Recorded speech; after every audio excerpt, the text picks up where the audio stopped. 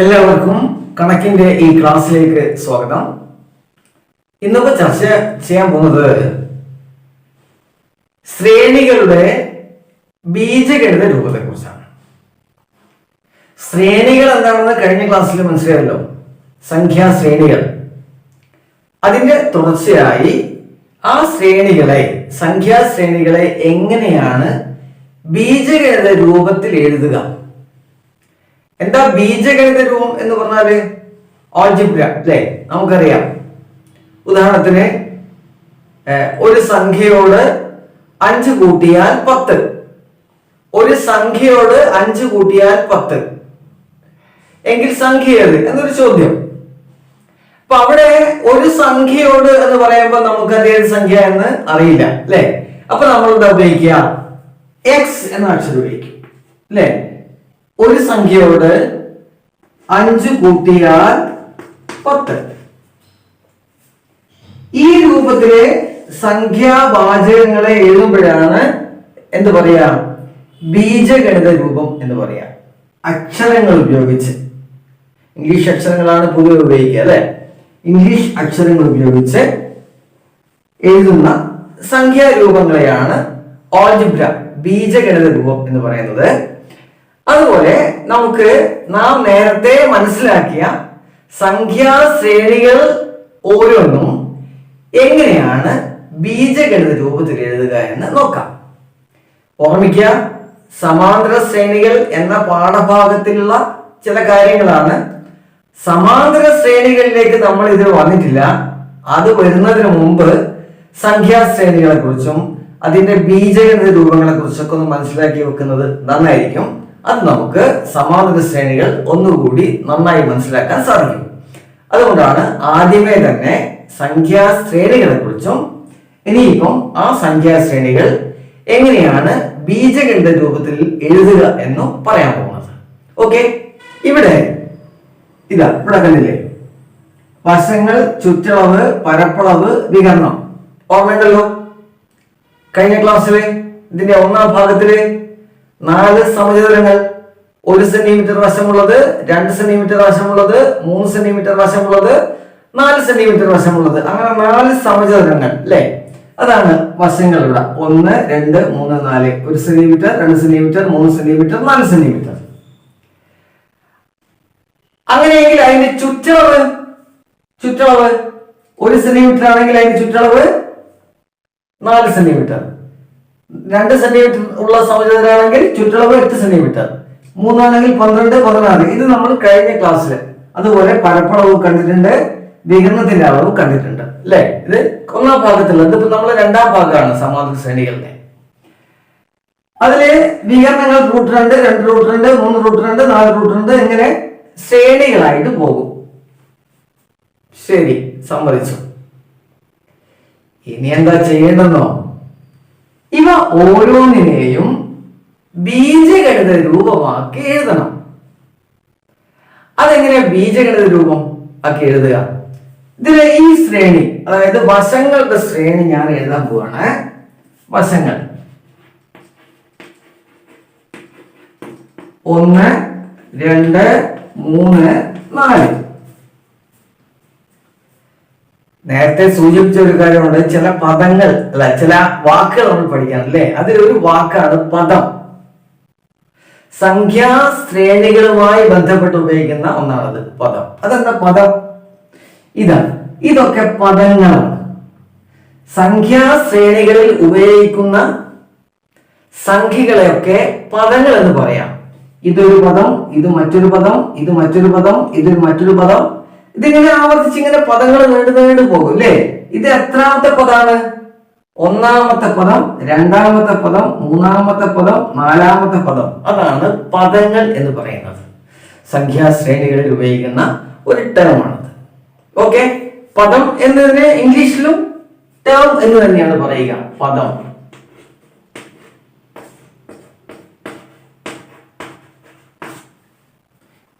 ഇതോടൊപ്പം തന്നെ ഒരക്ഷരം കൂടി നമുക്ക് പഠിക്കാനുണ്ട്. അതെന്താണെന്നറിയോ? അത് n ആണ്.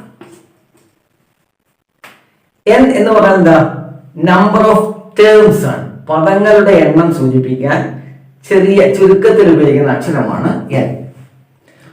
ഒന്നാമത്തെ പദം എന്നെങ്ങനെയാ ഉപയോഗിക്കുക?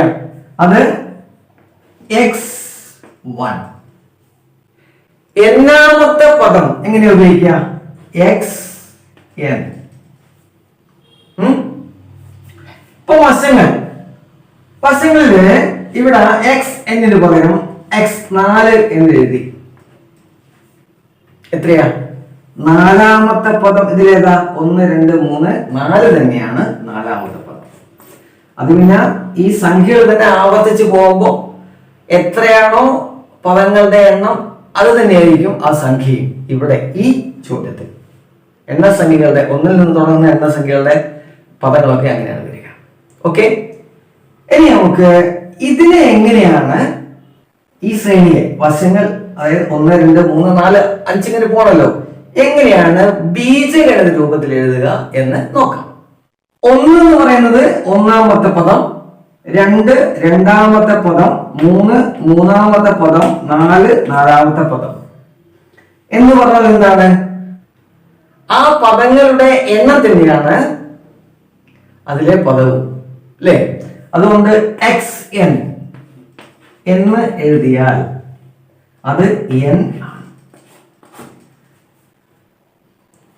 ഇതാണ് ഇതിന്റെ ബീജഗണിത രൂപം. അതായത് ഈ സൂചിപ്പിച്ച സമചതുരങ്ങളിലെ വശങ്ങളുമായി ബന്ധപ്പെട്ട ആ ശ്രേണിയുടെ ബീജഗണിത രൂപം എന്ന് പറയുന്നത് ഇതാണ്. xn സമം n ആണ്. നമുക്ക് ഇതില് 10ാമത്തെ പദം കാണും. ഈ വശങ്ങളുടെ ശ്രേണിയിലെ സംഖ്യാശ്രേണിയിലെ 10ാമത്തെ പദം കാണണം. 10ാമത്തെ പദം കാണാൻ ഉപയോഗിക്കുമ്പോൾ n പകരം x10 എന്ന് എഴുതും. അത് എത്രയാ? xn സമം n ആണ്. അപ്പോ x10 എന്ന് പറയുമ്പോൾ 10 തന്നെയാണ്. അതായത് ഇതിലെ 10ാമത്തെ പദം 10 തന്നെയാണ്. അപ്പൊ ഇതിന്റെ ബീജഗണിത രൂപം മനസ്സിലായല്ലോ. എന്താണ്? xn സമം n. ക്ലിയർ? ഇനി നമുക്ക് അടുത്ത എന്താ? ചുറ്റളവ് നോക്കാം. ചുറ്റളവ്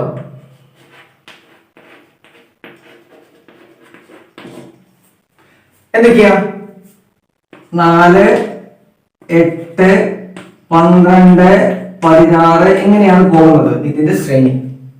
അതിൽ ഒന്നാമത്തെ പദം 4, രണ്ടാമത്തെ പദം 8, മൂന്നാമത്തെ പദം 12, നാലാമത്തെ പദം 14. ഈ പദങ്ങളുടെ എണ്ണവും ഇതിന്റെ ചുറ്റളവ് സൂചിപ്പിക്കുന്ന സംഖ്യകളും തമ്മിൽ എന്താ ബന്ധം? സിമ്പിൾ ആണ് അല്ലേ? ഇതിന്റെ 4 മടങ്ങാണ്, ഇതിന്റെയും 4 മടങ്ങാണ്, ഇതിന്റെയും 4 മടങ്ങാണ്, ഇതിന്റെയും 4 മടങ്ങാണ്. അതായത് ഇവിടെ നമുക്ക് 1 2 3 n എന്ന് എഴുതിയാൽ അതിന്റെ 4 മടങ്ങാണ് ആ ശ്രേണിയിലെ സംഖ്യ. ക്ലിയർ? അപ്പം ഇതിന്റെ ബീജഗണിത രൂപം എങ്ങനെ എഴുതും? xn സമം 4. അതാണ് ചുറ്റളവിന്റെ ബീജഗണിത രൂപം. ഓക്കെ, അടുത്ത എന്താ? പരപ്പളവ് അല്ലെ? പരപ്പളവ്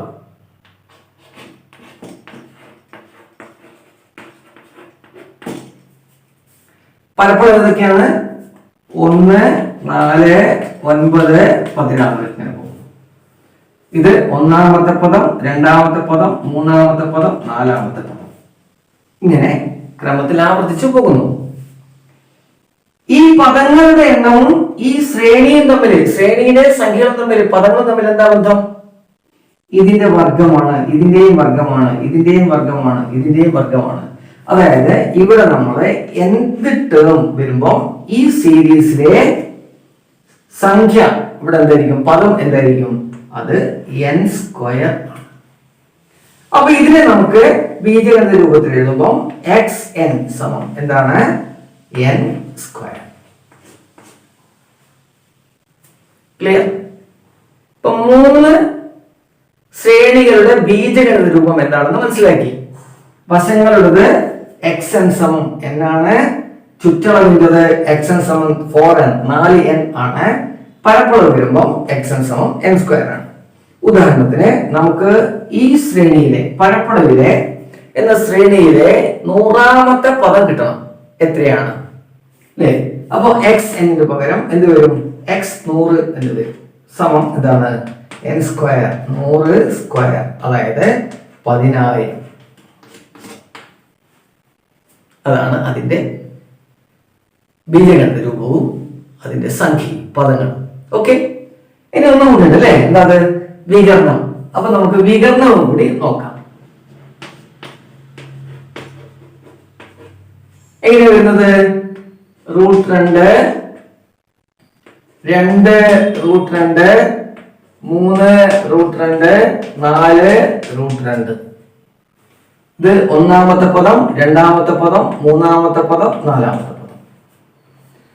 ഈ പദങ്ങളുടെ എണ്ണവും വികരണത്തിന്റെ ശ്രേണിയിൽ വരുന്ന സംഖ്യാശ്രേണിയിൽ വരുന്ന സംഖ്യകളും പദങ്ങളും തമ്മിലുള്ള ബന്ധം എന്താണ്? ഇതിനെ √2 ഗുണിച്ചാൽ ഇത് കിട്ടും, ഈ പദം കിട്ടും.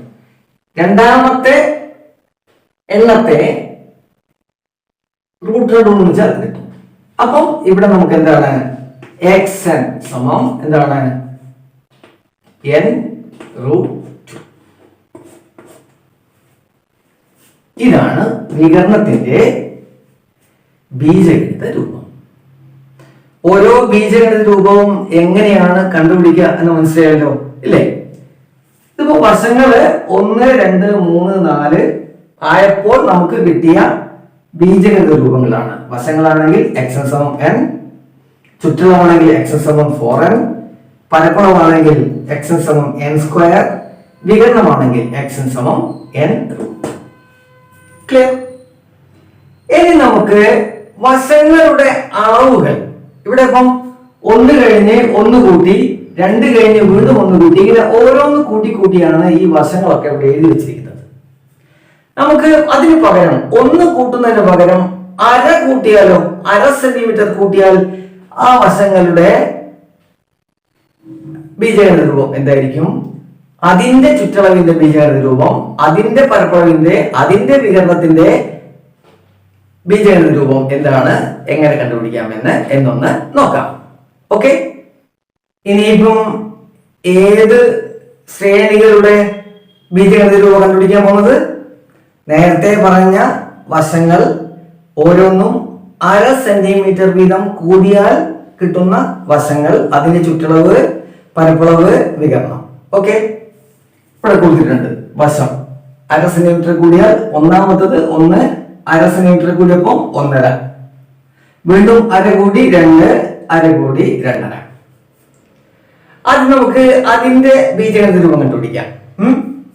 അപ്പോ വശം ആണ് 1, 1.5, 2, 2.5. ഇതിങ്ങനെ ആവർത്തിച്ച് പോവും സംഖ്യാശ്രേണി. ഇത് പക്ഷേ എന്താ, ഇതിനകത്ത് ഭിന്നസംഖ്യ, മിശ്ര ഭിന്നമൊക്കെ വന്നിട്ടുണ്ട് അല്ലെ? അതുകൊണ്ട് അതിന് നമുക്കൊന്ന് മാറ്റി എഴുതാം. 1 ഇതിനെ 3/2. 1.5 എന്ന് പറയുമ്പോൾ ഒരു ഭിന്നസംഖ്യയാക്കി മാറ്റുമ്പോൾ, വെറും ഒരു ഭിന്നസംഖ്യയാക്കി മാറ്റുമ്പോൾ ഇതെന്താവും? 3/2 ആകും. അതറിയാമല്ലേ? 2 കൊണ്ട് ഇതിനെ കുറിച്ച് 2 അംശം കൂട്ടി 3, 3/2. ഇത് 2 തന്നെ. ഇതോ ഇതേപോലെ മാറ്റുമ്പോൾ ഇതിന്റെ വരും 5/2. പക്ഷെ ഇവിടെ എന്താ? ഇവിടെ 2 ഭിന്നസംഖ്യയും 2 എണ്ണൽ സംഖ്യയാണ്. ആദ്യം നമുക്ക് എല്ലാത്തിനെയും ഭിന്നസംഖ്യ രൂപത്തിൽ എഴുതാം. ഇതിനെങ്ങനെ ഭിന്നസംഖ്യ രൂപത്തിൽ എഴുതും? 1നെ 2/2, ഇത് 3/2, ഇത് 4/2, ഇത് 5/2. മനസ്സിലായല്ലോ? 1 എന്ന് പറഞ്ഞാൽ 2/2, അത് 1 തന്നെ. 3/2 ഇവിടെ എടുത്തെഴുതി. 2 എന്ന് പറയുന്നത് 4/2. അപ്പൊ എല്ലാത്തിലും ഛേദമായി എന്ത് വന്നു? 2 വന്നിട്ടുണ്ട് അല്ലെ? 2 വരിക എന്ന് പറഞ്ഞാൽ എന്താണ്?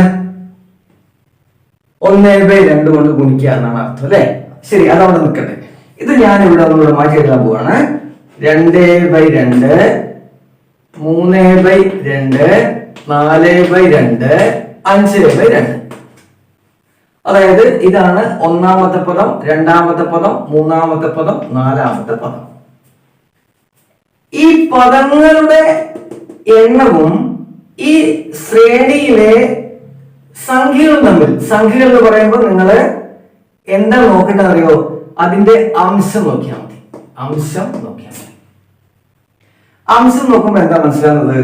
അത് ഇതിനേക്കാളും ഒന്ന് കൂടുതലാണ്, ഇതിനേക്കാളും ഒന്ന് കൂടുതലാണ്, ഇതിനേക്കാളും ഒന്ന് കൂടുതലാണ്, ഇതിനേക്കാളും ഒന്ന് കൂടുതലാണ്.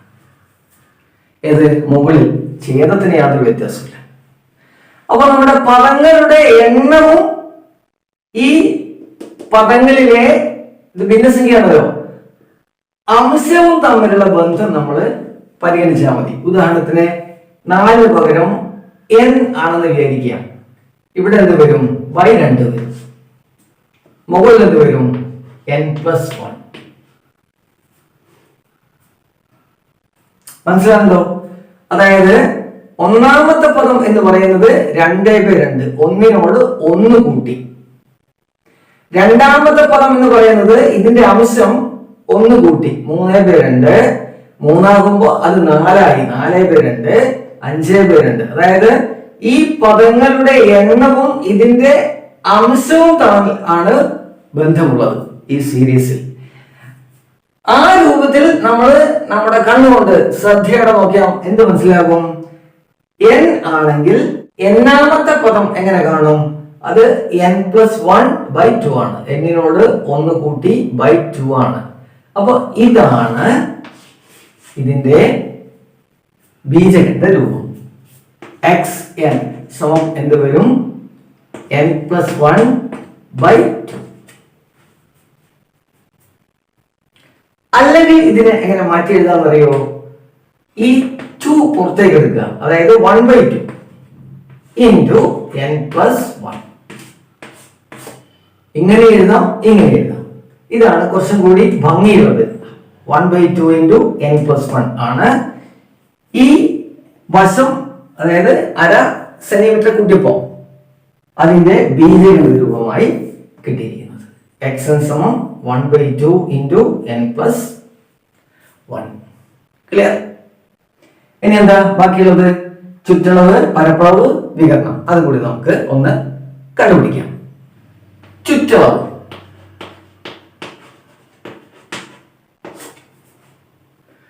തന്നിരിക്കുന്നത് ഏതൊക്കെയാണ്? 4, 6, 8, 10. ഇതിന്റെ ചുറ്റളവ് എന്തുമായി ബന്ധപ്പെട്ടതാണ്? വശങ്ങളുമായി ബന്ധപ്പെട്ടതാണ്, അല്ലേ? അതായത് ഒന്നാമത്തെ പദം 1, രണ്ടാമത്തത് 1.5, മൂന്നാമത്തത് 2, നാലാമത്തത് 2.5. ഇതുമായി ബന്ധപ്പെട്ടതാണ് ഇതിന്റെ ചുറ്റളവ്. ഇതിന്റെ ബീജഗണിത രൂപം നമുക്ക് കിട്ടിയിട്ടുണ്ട്. അതെന്താ? 1/2 ഇൻറ്റു n+1. ഇതിൽ നിന്ന് ഒന്നാമത്തെ പദവും വശങ്ങളുടെ ഒന്നാമത്തെ പദവും രണ്ടാമത്തെ പദവും മൂന്നാമത്തെ പദവും നാലാമത്തെ പദവും ഒക്കെ കണ്ടുപിടിക്കാൻ പറ്റും, അല്ലേ? ഇതിനെ എന്ത് ചെയ്താൽ ആ ചുറ്റളവ് കിട്ടുക? ഇതിനെ 4 കൊണ്ട് ഗുണിച്ചാൽ മതി. വശങ്ങളുടെ ബീജഗണിത രൂപത്തെ 4 കൊണ്ട് ഗുണിച്ചാൽ എന്ത് കിട്ടും? ചുറ്റളവിന്റെ ബീജഗണിത രൂപം കിട്ടും. കാരണം വശങ്ങളും ചുറ്റളവും തമ്മിൽ ബന്ധമുണ്ടല്ലോ. ആ ബന്ധം എന്ന് പറയുന്നത് എന്താ? 1/2 ഇൻറ്റു n+1. വശം ഗുണിക്കണം, അതിന്റെ ഗുണിക്കണം 4 സമചതുരാകുമ്പോ. അതാണ് ചുറ്റളവിന്റെ ബീജഗണിത രൂപം. ഇതിനെ നമുക്ക് ലഘൂകരിക്കാം, അല്ലെ? 1/2 ഇൻറ്റു 4 അല്ലെങ്കിൽ 4/2 എത്രയാണ്? 4/2, 2 n+1. ഇതാണ് ചുറ്റളവിന്റെ ബീജഗണിത രൂപം. ക്ലിയർ? അതായത് നമുക്കിവിടെ വശത്തിന്റെ ബീജഗണിത രൂപം കിട്ടിയിട്ടുണ്ട്. ചുറ്റളവ് കാണുന്നത് വശത്തിനെ 4 കൊണ്ട് ഗുണിച്ചാണ്.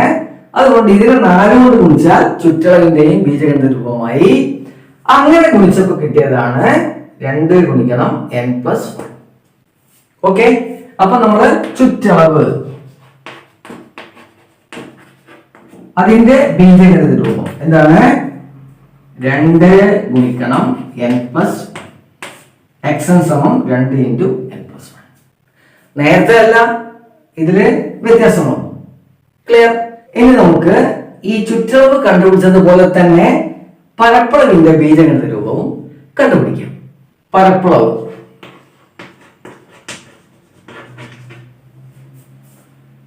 ഇവിടെ വന്നിട്ടുണ്ടല്ലോ. എന്തൊക്കെയാ?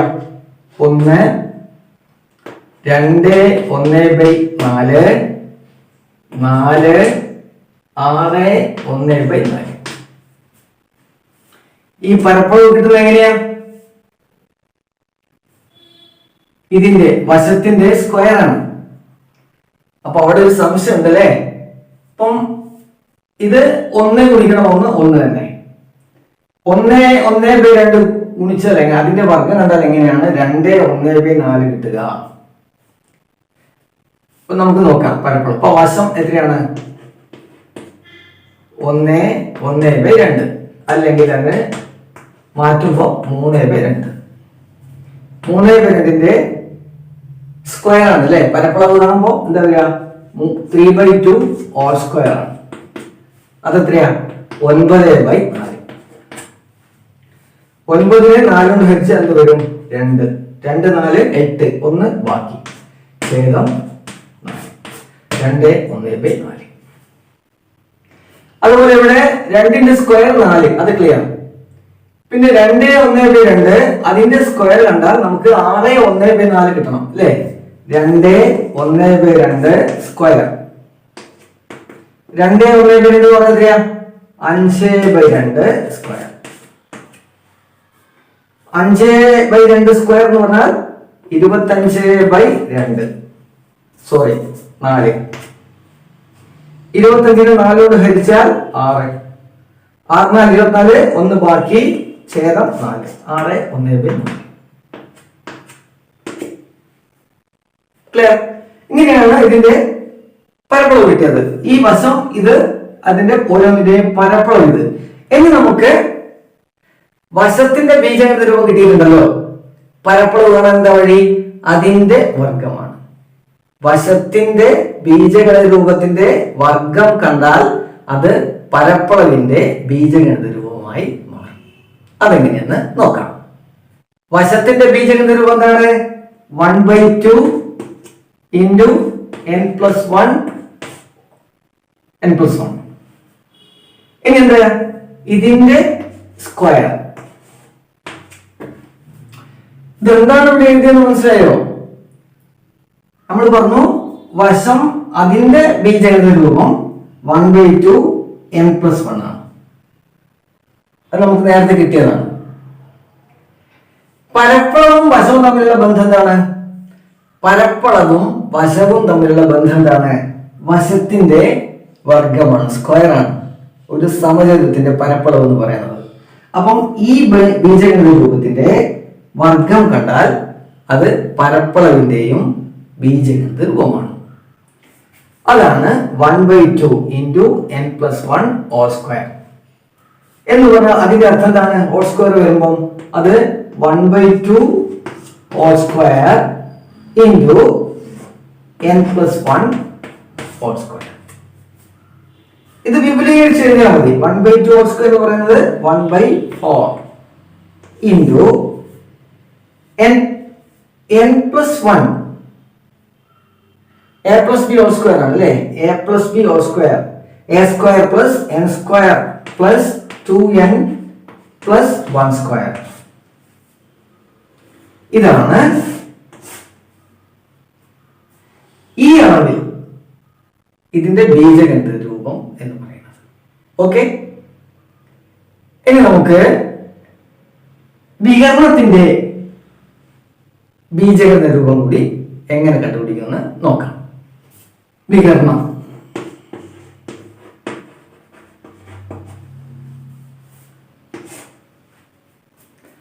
വികരണം കാണാൻ എന്താ വഴി? ഓരോ വശത്തെയും √2 കൊണ്ട് ഗുണിക്കുക. അത് തന്നെ വശത്തിന്റെ ബീജഗണിത രൂപത്തെ √2 കൊണ്ട് ഗുണിച്ചാൽ അതിന്റെ ഉത്തരമായി 1/2 ഇൻറ്റു n പ്ലസ് 1 ഇൻറ്റു √2 അല്ലെങ്കിൽ √2/2 ഇൻറ്റു n+1. ഇതാണ് വികരണത്തിന്റെ ബീജഗണിത രൂപം. ഓക്കെ, ബീജഗണിത രൂപം കാണാനുള്ള മറ്റൊരു പ്രവർത്തനം പരിചയപ്പെടാം. ഇവിടെ കുറച്ച് ത്രികോണങ്ങൾ ഉണ്ടാക്കിയിട്ടുണ്ട്. ഇതില് ഒരു ത്രികോണമുള്ളത്, ഇതിൽ 2 ത്രികോണം, 1, 2, 3 ത്രികോണം ഇവിടെ ഉണ്ട്. ഈ ത്രികോണങ്ങൾ ഉണ്ടാക്കാൻ ആവശ്യമായ തീപ്പെട്ടിക്കോലുകളുടെ എണ്ണം എന്താണെന്ന് കണ്ട് അതിന്റെ ഒരു സംഖ്യാശ്രേണി ഉണ്ടാക്കി എന്നിട്ട് അതിന്റെ ബീജഗണിത രൂപം ഉണ്ടാക്കണം. ഓക്കെ, ഇപ്പൊ ഒരു ത്രികോണം ഇവിടെ എത്ര വശമുണ്ട്? 1, 2, 3. ഈ 2 ത്രികോണങ്ങളിൽ എല്ലാം കൂടി എത്ര വശമുണ്ട്? 1, 2, 3, 4, 5. അടുത്തതിലോ 1, 2, 3, 4, 5, 6, 7. ഇതിലൊരു ത്രികോണം, 2 ത്രികോണം, 3 ത്രികോണം. ഇനി 4 ത്രികോണം ഉണ്ടാക്കുകയാണെങ്കിലോ എത്ര വശം വേണം? അത് ഇത് കാണുമ്പോൾ തന്നെ നമുക്ക് പറയാൻ പറ്റും അല്ലെ? ഇതൊരു പ്രത്യേക ക്രമത്തിലാണ് പോകുന്നത്. 3, 5, 7, 9 എന്ന് നമുക്ക് നിസ്സംശയം പറയാം. ഇവിടെ ഏതായാലും 4 ത്രികോണം ഉണ്ട്. 1, 2, 3, 4, 5, 6, 7, 8, 9 വശങ്ങൾ ഇവിടെ ഉണ്ട്. അത് ക്ലിയർ ആണ്. ഇനി അടുത്ത 5 ത്രികോണങ്ങളാണെങ്കിലോ അപ്പൊ നമുക്ക് 11 എന്ന് പറയാൻ പറ്റും. ഓക്കെ, ശരി. അപ്പൊ ഇതൊരു ശ്രേണിയാണ്, സംഖ്യാശ്രേണിയാണ്. ഇനി ഇതിന്റെ ബീജഗണിത രൂപമാണ് കണ്ടുപിടിക്കേണ്ടത്. അതിനെന്താ വഴി? ഇത് 1ാമത്തെ പദം, 2ാമത്തെ പദം, 3ാമത്തെ പദം, 4ാമത്തെ പദം, 5ാമത്തെ പദം. ഈ പദങ്ങളുടെ എണ്ണവും ഈ പദങ്ങളും സംഖ്യാശ്രേണിയിലെ പദങ്ങളും തമ്മിലുള്ള ബന്ധം എന്താണെന്ന് മാത്രം നോക്കിയാൽ മതി അല്ലേ? എന്താ? ഇതിന്റെ 2 മടങ്ങിനോട് 1 കൂട്ടിയാൽ ഇത് കിട്ടും. 1ന്റെ 2 മടങ്ങ് 2, 2നോട് 1 കൂട്ടിയാൽ 3, 2 ഗുണിക്കണം 2, 4 എന്നോട് 1 കൂട്ടിയാൽ 5, 3, 2, 6 + 1 7, 4, 2, 8 + 1 9. അപ്പൊ അങ്ങനെയാണെങ്കിൽ ഇങ്ങനെ ക്രമത്തിൽ വന്നേ ഇവിടെ 5ന് പകരം n ആണെങ്കിൽ ഇതിന്റെ 2 മടങ്ങിനോട് 1 കൂട്ടിയാൽ ഈ സംഖ്യാശ്രേണിയിലെ പദം കിട്ടും. അതായത് നമുക്ക് 25 ത്രികോണം ഉണ്ടാക്കണം എന്ന് ഇരിക്കാം. ഇതിപ്പോ ഒരു ത്രികോണമാണ്, ഇവിടെ 2 ത്രികോണം, 3 ത്രികോണം, ഇവിടെ 4 ത്രികോണം. അതുപോലെ 25 ത്രികോണം ഉണ്ടാക്കുകയാണെങ്കിൽ അതിന് എത്ര തീപ്പെട്ടിക്കോല് വേണ്ടി വരും? അതാണ് ചോദ്യം അല്ലേ? ഇത് പ്രകാരം അതിനെന്താ വഴി? എന്നിന് പകരം നമുക്ക് 25 എടുക്കാം. അതായത് 25 ത്രികോണങ്ങളാണ്. ഇനി അതിന് വേണ്ട തീപ്പെട്ടിക്കോലുകളുടെ എണ്ണം 2n + 1. അതായത് 2 ഗുണിക്കണം 25 + 1. 2 25 50 + 1 51. ഇനി 500 ത്രികോണം ഉണ്ടാക്കണം. അങ്ങനെയെങ്കിലോ 2n, അതായത് 2 500 1000 + 1 1001 കോലുകൾ വേണം. ഇങ്ങനെയാണ് ഈ ബീജഗണിത രൂപം കണ്ടുപിടിക്കുക. ബീജഗണിത രൂപം ഉപയോഗിച്ച് അതിനാവശ്യമായ സംഖ്യാശ്രേണിയിലെ പദങ്ങൾ കണ്ടെത്തുക. ഓക്കെ, ഇനി ഒരു 3 ചോദ്യം നിങ്ങളെ മുമ്പിൽ അവതരിപ്പിക്കുന്നു. അതൊന്ന് ചെയ്തു നോക്കുക. ബീജഗണിത രൂപം എഴുതുക. ഒന്നാമത്തെ ചോദ്യം, ഒറ്റ സംഖ്യകളുടെ ശ്രേണി. ഒറ്റ സംഖ്യകളുടെ ശ്രേണി 1, 3, 5, 7, 9, 11 എങ്ങനെ? അതിന്റെ ബീജഗണിത രൂപം കണ്ടുപിടിക്കണം. പിന്നെയോ 3 കൊണ്ട് ഹരിച്ചാൽ 1 ശിഷ്ടം വരുന്ന എണ്ണൽ സംഖ്യകളുടെ ശ്രേണി. 3 കൊണ്ട് ഹരിച്ചാൽ 1 ശിഷ്ടം വരുന്ന സംഖ്യ ആരംഭിക്കുന്നത് എവിടെ നിന്നാണ്? 1, അടുത്തത് 4, അടുത്തത് 7, അടുത്തത് 10, ഇങ്ങനെ പോകും ശ്രേണി. അതിന്റെ ബീജഗണിത രൂപം കണ്ടുപിടിക്കണം. പിന്നെയോ സമഭുജ ത്രികോണം, സമചതുരം, സമപഞ്ചഭുജം, സമഷഡ്ഭുജം എന്നിങ്ങനെ തുടരുന്ന ജാമിതീയ രൂപങ്ങളുടെ അകക്കോണുകളുടെ തുക, പുറംകോണുകളുടെ തുക, ഒരു അകക്കോണിന്റെ അളവ്, ഒരു പുറംകോണിന്റെ അളവ് എന്നീ ശ്രേണികൾ. ഈ ശ്രേണികൾ നമ്മൾ 1ാമത്തെ ഭാഗത്തിൽ കണ്ടുപിടിച്ച് വെച്ചിട്ടുണ്ട്.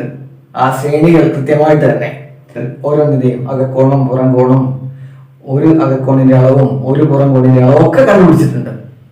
ഇനി എന്താ വേണ്ടത്? അതിന്റെ ശ്രേണികളുടെ ബീജഗണിത രൂപം കണ്ടുപിടിക്കുക. എന്നിട്ട് നോട്ട് പുസ്തകത്തിലെ ഉത്തരം എഴുതി വയ്ക്കുക. അടുത്ത ഭാഗത്തില് എങ്ങനെയാണ് ഈ ശ്രേണികളുടെ ബീജഗണിത രൂപം കണ്ടുപിടിക്കുക എന്ന് നമുക്ക് നോക്കാം.